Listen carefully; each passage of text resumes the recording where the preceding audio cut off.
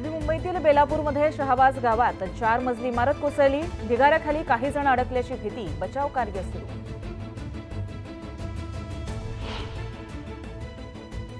कोल्हापूरवरील पुराचं संकट टळलं असलं तरी धोका कायम। पंचगंगा नदीची पाणी पातळी 46 फूट 11 इंचावर स्थिरावली। पावसाचा येलो अलर्ट जारी।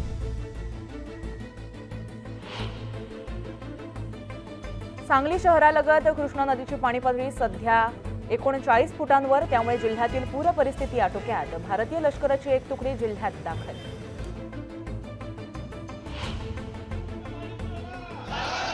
जळगावच्या धरणगाव शहरामध्ये 10 ते 12 दिवसाआड पाणी पुरवठा। शरद पवार गटाच्या वतीने निदर्शन।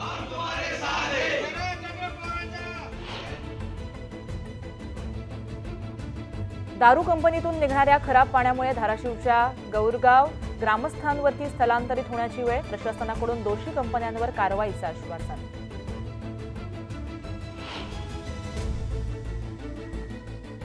धाराशिव जिल्हाधिकारी कार्यालयासमोर शेतकऱ्यांचं धरणे आंदोलन। खरीप संदर्भात 2024चं परिपत्रक रद्द करण्याची मागणी।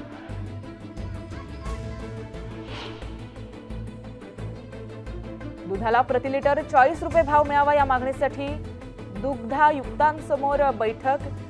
जोपर्यंत मान्य मागण्यांचं लेखी आश्वासन मिळत नाही तोपर्यंत आंदोलन सुरूच ठेवण्याचा इशारा। शेतकऱ्यांना काजूवर 10% अनुदान देण्यासंदर्भात 9 जुलै रोजी राज्य सरकारचा GR काढला। GR मधील अटी जाचक आणि अडचणी निर्माण करणारा असल्याचा आरोप करत ठाकरे गटाचा आंदोलनाचा इशारा।